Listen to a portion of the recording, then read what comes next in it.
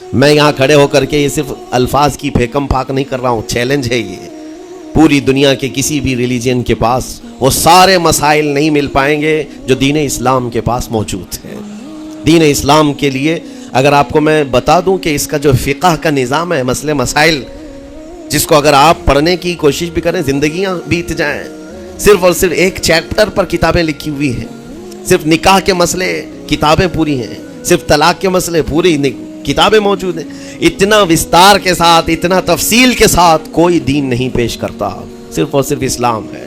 یہ باتیں میں آپ کے سامنے کیوں رکھ رہا ہوں میرے عزیزوں؟ تاکہ تمہیں یہ احساس ہو کہ اللہ نے کون سی نعمت تمہیں دی ہے۔ اسی آیت میں رب تعالیٰ فرماتا ہے وَأَتْمَمْتُ عَلَيْكُمْ نِعْمَتِي، میں نے اپنی پوری نعمت تمہیں دے دیا ہے، پوری نعمت تمہیں دے دیا ہے۔ احساس کرو کہ اسلام سے بڑھ کر نعمت کیا ملتی تمہیں، اسلام سے بڑھ کر کے کیا نعمت ہے، جس میں رب تبارک و تعالیٰ نے تمہیں اخلاق و کردار دیے ہیں، تعلیم کے لیے سارے۔ آپ کو ابھی اس زمانے میں پروپیگنڈے کے شکار ہو گئے کہ ہم جاہل قوم سے وابستہ ہیں، ہمارے ہاں جہالت زیادہ ہے، ہمارے ہاں بد کرداری زیادہ ہے۔ یہ عوام کو دیکھ کر کے لوگوں نے پروپیگنڈا بنایا، ورنہ تو ان کی حالت یہ تھی 18ویں صدی تک یورپ والوں کو روڈ بنانے کا طریقہ بھی نہیں معلوم تھا، اسلام نے سکھایا ہے۔ ان کو پارلیمنٹ میں بیٹھنے کا قانون نہیں معلوم تھا، اسلام نے قانون عطا کیے ہیں۔ ان کو عدالت چلانے کے معاملے معلوم نہیں تھے، اسلام نے پوری کتابیں پیش کی ہیں۔ اٹلی اور ڈنمارک جو آج یورپ کی کنٹریز میں شامل ہوتے ہیں، یہاں کے بادشاہوں کے بچے اسلامی علماء کے پاس اندلس میں پڑھنے کے لیے جاتے تھے، عیسائیوں کے، دوسروں کے، انگریزوں کے بچے، اور جب پڑھ کر کے آتے تھے اٹلی اور ڈنمارک میں واپس، تو پورے لوگ ان کو دیکھنے کے لیے بھیڑ لگاتے کہ یہ علماء اسلام سے پڑھ کر کے آ رہے ہیں۔ دنیا کو قلم پکڑنا سکھایا ہے اسلام نے۔ آپ کو ابھی میں اس موضوع پر نہیں بات کر رہا ہوں جو اسلام نے پوری دنیا کو دیا ہے۔ آج یہ جو گھڑی دیکھتے ہیں نا ہر جگہ پوری دنیا کا ٹائم، سب سے پہلے مسلم علماء نے اس کو ایجاد کیا ہے۔ دنیا کو ٹائم دیکھنے کا طریقہ اسلام نے سکھایا ہے۔ آپ کو ایک دو نہیں، آج پوری دنیا میں میڈیکل سرجری جو بھی ہوتی ہے، آپ کو پتہ ہے چیر پھاڑ کرنا ہر جگہ ضروری ہو گیا ہے، آپریشن تھیٹر، ساری دنیا جو سرجری کرتی ہے اس کے بیسک قانون ابو علی سینا اسلامی عالم کے لکھے ہوئے ہیں۔ آج بھی امریکہ کی یونیورسٹی میں یہ کتاب داخل ہے، کیلیفورنیا میں۔ اسلامی علماء نے جو پوری دنیا کو دیا ہے وہ ایک الگ ٹاپک ہے، وہ اس کی ترقی اور عروج کا وقت تھا۔ اسپین میں کیمسٹری میں سب سے پہلے ایجاد کرنے والے علماء موجود ہیں، جابر بن حیان ہیں، جو الجبرا پوری دنیا کو دیا ہے۔ آج ہر یونیورسٹی، ہر کالج میں الجبرا کا سبجیکٹ ہوتا ہے۔ کس نے لکھا ہے؟ دنیا کو چلنے کا سلیقہ اسلام نے سکھایا ہے، بولنے کا طریقہ اسلام نے سکھایا ہے۔ سیاست کے معاملات آپ کو پتہ ہے، پہلے کے دور کی سیاست یہ تھی جو بادشاہ بن گیا اس کا راج ہے، اس کا قانون ہے۔ اور رات کو خواب میں کوئی چیز دیکھے تو صبح قانون بنا دے گا۔ بادشاہوں کا مزاج ہے، خواب میں کوئی چیز نظر آ گئی صبح وہ قانون بن گئی۔ تو یہ تو سلسلہ چلتا تھا پوری دنیا میں، اور آج بھی دنیا اس بات کی قرضدار ہے کہ حقیقت میں سیاست کسی نے سکھائی ہے تو وہ عمر ابن خطاب کی سیاست ہے، صدیق اکبر کی سیاست ہے۔ خلفائے راشدین نے جو حکومت و سیادت کر کے دنیا کو دکھایا ہے اس کی مثال کوئی پیش نہیں کر سکتا۔ اسی لیے ہمارے اس دیش کے جانتے ہیں جن کو موہن داس کرم چند گاندھی کہا جاتا ہے، گاندھی جی کو آج سارے لوگ یاد کرتے ہیں۔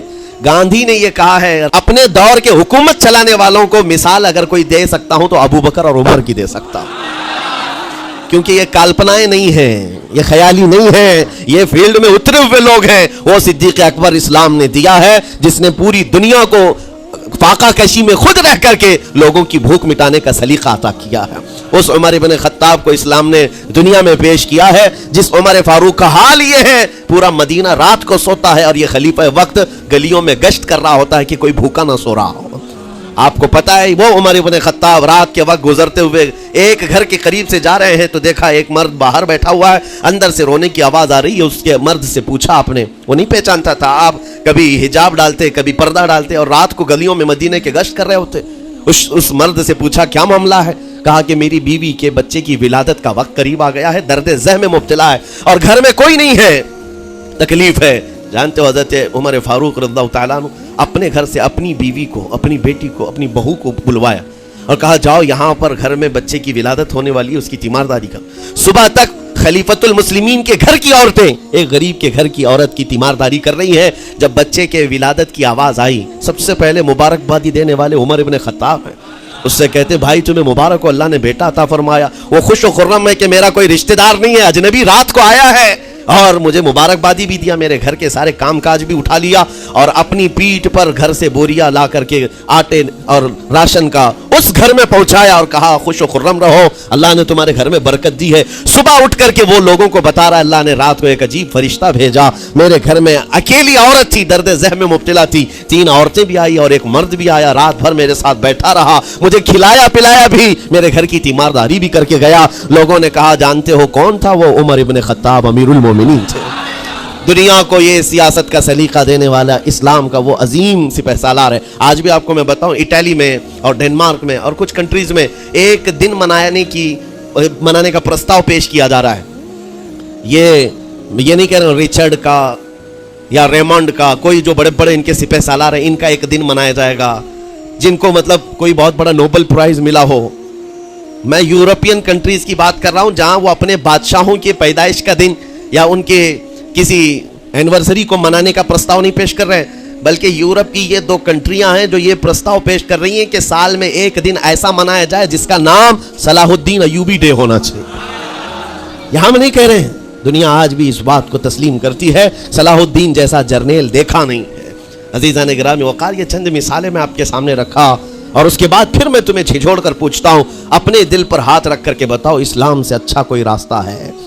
قرآن یہی کہتا ہے وَمَن يَبْتَغِ غَيْرَ الْإِسْلَامِ دِينًا فَلَن يُقْبَلَ مِنْهُ, جو اسلام کے علاوہ دوسرا راستہ لے کر کے آئے گا قیامت کے دن اس کا کوئی قبول نہیں کیا جائے گا, نہیں قبول کیا جائے گا, بلکہ وہ سب سے بڑے گھاٹے میں ہوگا, آخرت کے دن خسارہ اٹھانے والوں میں ہوگا. آج تمہارے پاس وہ عقل سلیم اللہ تعالیٰ نے دیا, جس کو تھوڑی بہت شدھ بدھ ہونا, عقل کا استعمال کرتا ہو, وہ بھی اسلام کے متعلق سوچے گا کہ میرے دین میں اتنی اچھائیاں ہیں, آج تک رب تعالیٰ نے مجھے یہ پیشانی کسی کے سامنے جھکنے نہیں دیا.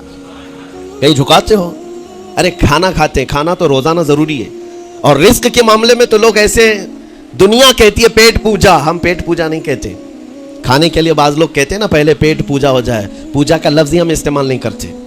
کھانا برتن میں رکھا ہوا ہے, آپ کے گھر میں کھانا لا کر کے دیا جاتا ہے, تو کیا آپ سر جھکا کر چاٹ کے کھاتے ہیں یا لقمے اٹھا کر ہاتھ سے کھاتے ہیں؟ ہاتھ سے کھاتے ہیں. باقی جانوروں کو دیکھو, بکری کھاتی ہے منہ جھکا کر کھاتی ہے, بیل بھینس وغیرہ سب سر جھکا کر کے کھاتے ہیں, رزق کو چاٹ کے کھاتے ہیں, ان کا سر جھک جاتا ہے. لیکن تمہارے سر کو رب نے اتنا محترم رکھا کہ روز جو تمہیں رزق کی ضرورت ہے اس کے سامنے بھی مت جھکاؤ. سر جھکانا ہے تو رزق کے سامنے نہیں, رزاق کے سامنے جھکایا جائے.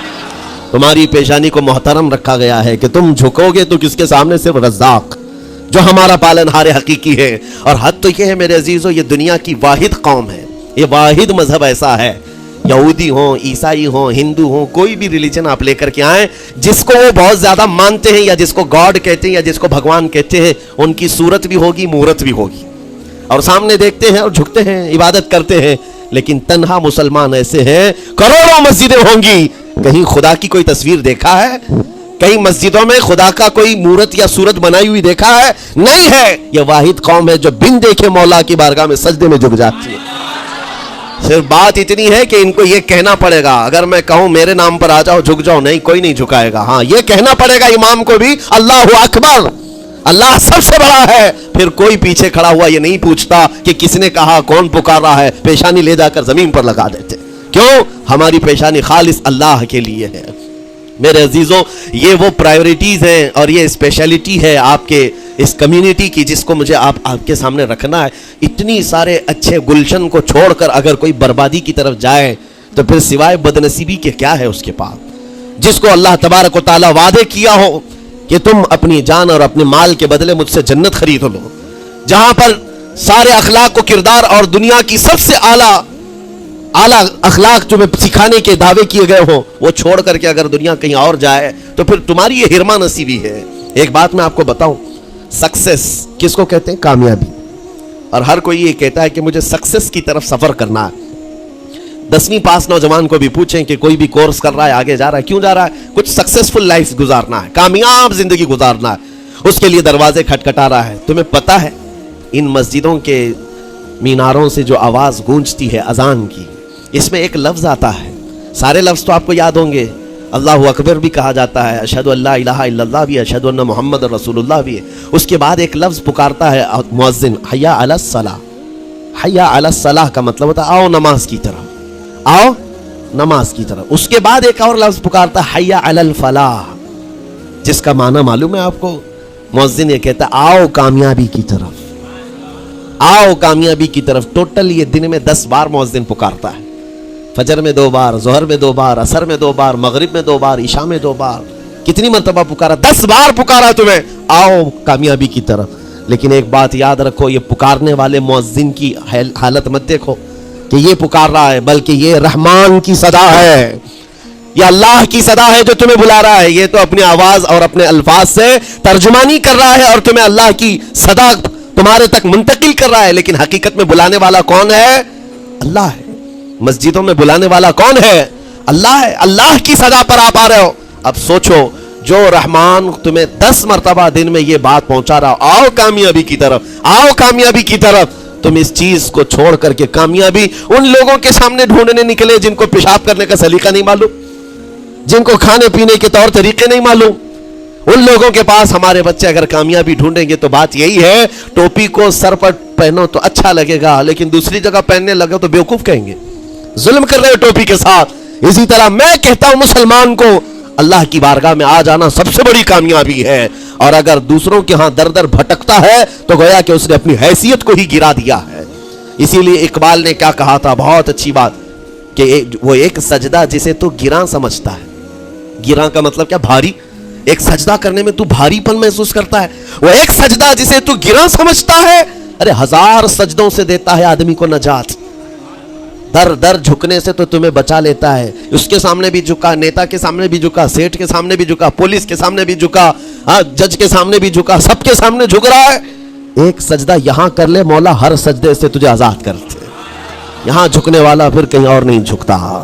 ہاں اسی لیے شاعر نے کہا ہے, مرد حق باطل کے آگے مات کھا سکتا نہیں, سر کٹا سکتا ہے لیکن سر جھکا سکتا نہیں. یہ ہماری تاریخ ہے جو آپ کے سامنے ہے.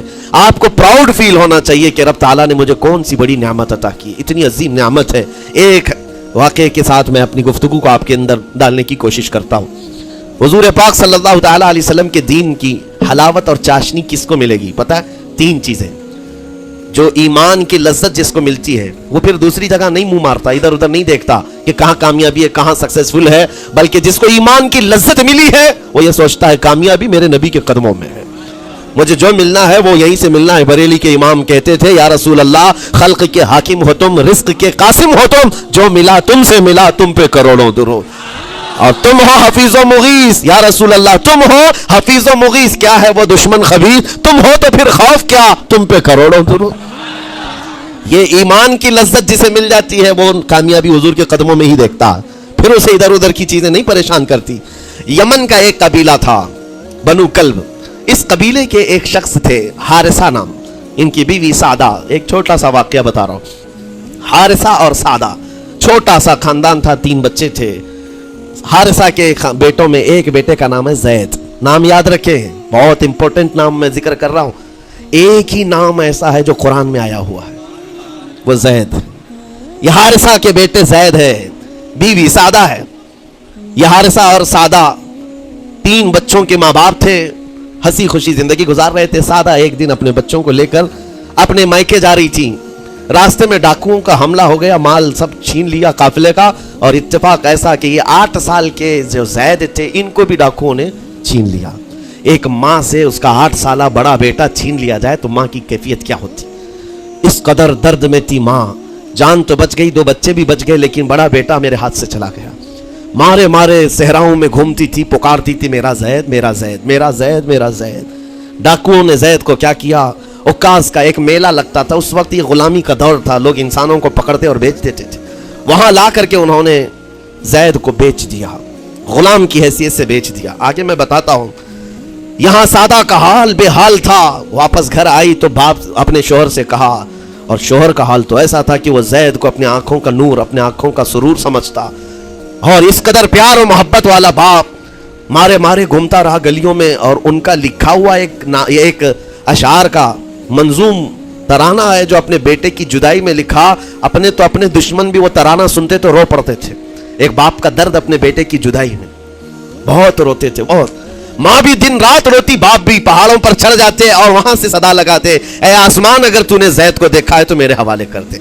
زمین کے چپے کہیں اگر زید میرا زندہ ہے تو مجھے وہاں تک لے چل. یہ اشعار میں گنگناتے تھے, روتے تھے. اور زید کا کیا ہوا؟ عکاظ کے میلے میں بیچ دیا گیا. خریدا کون؟ حکیم بن حزام, جو حضرت خدیجہ رضی اللہ تعالیٰ عنہ کے بھائی لگتے تھے. یہ لے کر کے آئے اور حضرت خدیجہ رضی اللہ تعالیٰ عنہ اس وقت مکہ میں اور حضور پاک صلی اللہ علیہ وسلم کے نکاح میں. تو حضرت خدیجہ کے پاس یہ زید آ گیا. بھائی نے گفٹ کے طور پر دے دیا. حضرت خدیجہ کے گھر میں یہ زید جب آئے, اس وقت ان کی عمر یعنی 10-12 سال کے آس پاس رہی ہوگی. اور یہ ایسا لڑکا جو چھوٹی سی عمر کا, ادب اتنا تھا کہ ہر ایک کا ادب کرتا, بڑے اچھے خاندان سے تعلق رکھنے والا. ہوا کیا, ایک دن آفتاب رسالت, ماہتاب رسالت رسول پاک صلی اللہ علیہ وسلم کی نظر پڑی. دیکھا اخلاق و کردار میں کامل بچہ ہے, اور ایک ہی نظر میں بھاگ گیا. پوچھا حضرت خدیجہ سے, کہا کہ یہ غلام ہے, عکاظ کے میلے میں بیچا گیا ہے. حضور نے فرمایا یہ میرے حوالے کر دو, میرے حوالے کر دو. حضور نے جس کو پسند کر لیا ہو, حضور نے جس پر نگاہ رکھی ہو. اب وہ زید خوشی خوشی حضور کے پاس آئے. نبی پاک صلی اللہ تعالیٰ علیہ وسلم ان کے اخلاق سے بڑے خوش تھے, اور اس کے بعد محبت بھی ایسی دی, ایسی شفقت دی کہ زید کو نہ باپ کی خبر تھی نہ ماں کی خبر تھی. جو کچھ تھا وہ رسول اللہ کے پاس تھا. حضور پاک صلی اللہ تعالیٰ علیہ وسلم کی تربیت میں دن گزرتے گئے, بڑے ہو گئے, یہاں تک کہ 16 سال کی عمر تھی. ایک دن حج کے موسم میں یمن کا بنو کلب خاندان آیا ہوا تھا, اور وہاں حج کے دوران وہ لوگ زید کے باپ حارثہ کے لکھے ہوئے اشعار پڑھ رہے تھے اور لوگوں کو رلا رہے تھے. ایک ہمارے قبیلے میں باپ ہے جو بچھڑے ہوئے بچے کی یاد میں روز روتا ہے, اس کے اشعار تو سنو. لوگ سن کر کے رو رہے تھے, یمن کا کوئی ایسا باپ ہے جو یوسف گم گشتہ کی خبر میں رویا کرتا ہے. یہ لوگوں کی بھیڑ لگی تھی, اسی کے سامنے سے زید کا گزر بھی ہو رہا تھا. بنو کلب کے لوگوں نے زید کو دیکھا, پہچان لیا, یہی تو وہ بچہ ہے جس کی یاد میں اس کا باپ روتا ہے. اور اس کو بلایا اور کہا تیرا نام؟ کہا زید. باپ کا نام حارثہ. کہا یہی تو ہے جس کے غم میں پورے اشعار پڑے جا رہے ہیں یمن میں. زید سے کہا تجھے پتا ہے تیرے باپ کا رو رو کر کے کیا حال ہو گیا؟ تیری ماں صحراؤں میں آواز دیتی ہے, پہاڑوں پر چڑھ جاتی ہے. ایک بچے کے لیے اس کے ماں باپ کی جدائی بتا دینا کتنی بڑی بات تھی. میرے عزیزوں, سالوں کی یہ گم گشتہ خبر پھر سے واپس مل گئی ہے. زید نے کیا کہا کہ اب میرے ماں باپ سے جا کر کہہ دیں کہ رونا دھونا بند کریں, اونٹوں کی طرح ادھر ادھر بھٹکنا بند کریں, انہیں میرا سلام پہنچائیں اور کہیں انہوں نے جہاں مجھے دیکھنا تھا اس سے بہتر جگہ میں ہوں, اس سے بہتر جگہ میں ہوں. یہ بنو کلب خاندان گیا یمن, جا کر کے باپ سے کہا, حارثہ سے اور سادہ سے, خبر تمہارے لیے اچھی لائے. تمہارا گم ہوا بیٹا جو پچھلے 10-12 سالوں سے تمہیں نہیں مل رہا تھا, وہ حرم کعبہ کے پاس ہمیں نظر آیا ہے. غلام بنا کر لوگوں نے بیچا ہے اسے, لیکن وہ ایک ایسے حسین و جمیل کی غلامی میں ہے, ایک ایسے حسن والے کی غلامی میں ہے کہ زید وہاں سے ہٹنا نہیں چاہتا. باپ نے کہا میرے کلیجے سے پوچھو مجھ پر گزرتی کیا ہے, اس کی ماں سے پوچھو, ایک نظر دیکھ لے گا وہ واپس ہماری جھولی میں آ جائے گا. دوڑتے دوڑتے یمن سے گھنٹوں یعنی جو مہینوں کا سفر تھا دنوں میں طے کر کے پہنچے. مکہ آئے, جیسی آئے تو رسول پاک صلی اللہ علیہ وسلم کو ڈھونڈا. حضور پاک مل گئے تو دھاڑے مار مار کر باپ رونے لگا اور کہا کہ اے محمد صلی اللہ علیہ وسلم, ہم نے آپ کے متعلق سنا ہے یتیموں کے والی ہیں, آپ کا دل بہت بڑا ہے, مجھ باپ کے اوپر رحم کیجیے, برسوں سے اپنے بچے کے لیے ترس رہا ہے. میں اور میری بیوی تڑپتے ہیں, صحراؤں میں آواز دیتے ہیں. حضور نے پوچھا ہوا کیا ہے تمہارے ساتھ؟ کہا ہمارا بیٹا گم ہو گیا تھا, برسوں ہو گئے تھے, لیکن سنا ہے وہ یہاں رہتا ہے. حضور نے پوچھا کیا نام ہے اس کا؟ کہا زید اس کا نام ہے, میرا نام حارثہ ہے. حضور پاک صلی اللہ علیہ وسلم کے محبوب زید کے بارے میں پوچھ لیا. حضور جس سے خود محبت کرتے ہو, حضور جس سے محبت کرتے ہو, باپ نے پوچھ لیا. حضور نے فرمایا کہ ٹھیک ہے, میں ایک باپ کے کلیجے سے اس کے بیٹے کو الگ نہیں کر سکتا, ماں سے اس کے بیٹے کو جدا نہیں کر سکتا, لیکن بات اتنی ہے کہ زید کو بلایا جائے, فیصلہ اس کے ہاتھ میں ہے, فیصلہ اس کے ہاتھ میں ہے. میں زید کو بلاتا ہوں. غلام تھے اس وقت, حضرت زید کو بلایا گیا اور اس وقت بھری جوانی والا زید ہے. جیسی ہی آئے پہلی نظر باپ کو دیکھا, ماں کو دیکھا, ماں باپ تو چیخ پڑے ہمارا زید مل گیا, ہمارا زید مل گیا. لیکن کمال کی بات میں دیکھتا ہوں ایسی دیوانگی پوری دنیا میں نہیں. زید نے دیکھا اپنے ماں اور باپ کو, لیکن اسی وقت اپنی آنکھیں جھکا لی اور حضور کی طرف کر لیا. کہا نہ, ادھر پہلے حضور پاک صلی اللہ علیہ وسلم کی طرف. حضور نے دیکھا کہ زید ماں باپ کی طرف دیکھ نہیں رہے ہو, جو رو رو کر کے برا حال کر چکے ہو. حضور نے زید سے کہا پہچانتے ہو؟ کہا ہاں حضور یہ میرے باپ ہیں اور یہ میری ماں ہے, یہ میرے چچا ہے. حضور نے فرمایا پھر ملتے کیوں نہیں ہو؟ کہا سرکار اگر اجازت ہو تو ملوں گا, برسوں کا بچھڑا ہوا جوان ہے, آپ اجازت دو تو میں ملوں گا۔ نبی پاک صلی اللہ علیہ وسلم نے فرمایا جاؤ تمہیں اجازت ہے۔ جیسے ہی گئے اس منظر کو جو بیان کیا گیا ہے میرے عزیزوں، ہم پڑھتے ہیں تو آنکھیں بھیگ جاتی ہیں۔ ماں لپٹ کر کے اپنے بچے کو ہر جگہ چوم رہی ہو، باپ سینے سے لگا کر کے دھاڑے مار کر رو رہا ہو، پہلے تو غش کھا کر گر گیا تھا، پھر افاقہ ہوا، یہ دردناک منظر تھا۔ اس کے بعد زید بن حارثہ کو کیوں نہ تکلیف ہو، غم کیوں نہ ہو، ماں باپ بچھڑے ہوئے اتنے سالوں کے بعد دیکھنے کو ملے، دل پر کیا بیت رہی ہوگی۔ میری ماں وہی جو مجھے خشکیوں میں پالا کرتی، تریوں میں پالا کرتی، میرا باپ وہی جو خون پسینے کی کمائی سے مجھے کھلایا تھا، آج آ گیا ہے۔ حضور پاک صلی اللہ علیہ وسلم نے کہا زید یہ جو جذباتی منظر ہے اس کو ختم کر کے اب اعلان کر دو کہ تمہاری ماں آئی ہے تمہیں یمن سے لینے کے لیے، تمہارا باپ آیا ہے، تمہارا چچا آیا ہے تمہیں یمن سے لینے کے لیے، میں نے فیصلہ تمہارے حوالے کر دیا ہے، میں اپنے غلامی سے تم کو آزاد کر دیتا ہوں، تم بغیر کوئی فدیہ لیے ہوئے، بغیر کوئی پیسہ لیے ہوئے، اس وقت اپنے غلام کو کوئی چھوڑتا نہیں تھا، لیکن تمہاری ماں کا درد دیکھا نہیں جا رہا، میں آزاد کر دوں گا بغیر کسی فدیہ کے، تو اپنی ماں اور اپنے باپ کے پاس جا سکتا ہے۔ اتنا حضور کا فرمان، آزاد کر دینا مکہ میں آسان نہیں تھا، بیٹے کو آزاد کیا حضور پاک صلی اللہ علیہ وسلم نے، تب جانتے ہو وہ کمال کا بیٹا ہے زید بن حارثہ، اسی وقت اپنی ماں کو دیکھتے ہیں، باپ کو دیکھتے ہیں، چچا کو دیکھتے ہیں، اور اس کے بعد مکہ والے یہ منظر دیکھنے کے لیے جمع تھے، مخاطب ہو کر کے کہتے ہیں اے سارے مکہ والوں گواہ ہو جاؤ، میں اپنی زندگی حضور محمد مصطفیٰ کے لیے وقف کر دیا ہے، میں نے محمد عربی صلی اللہ علیہ وسلم کے لیے زندگی وقف کر دی ہے، نہ مجھے یمن جانا ہے، نہ مجھے بنو کلب جانا ہے۔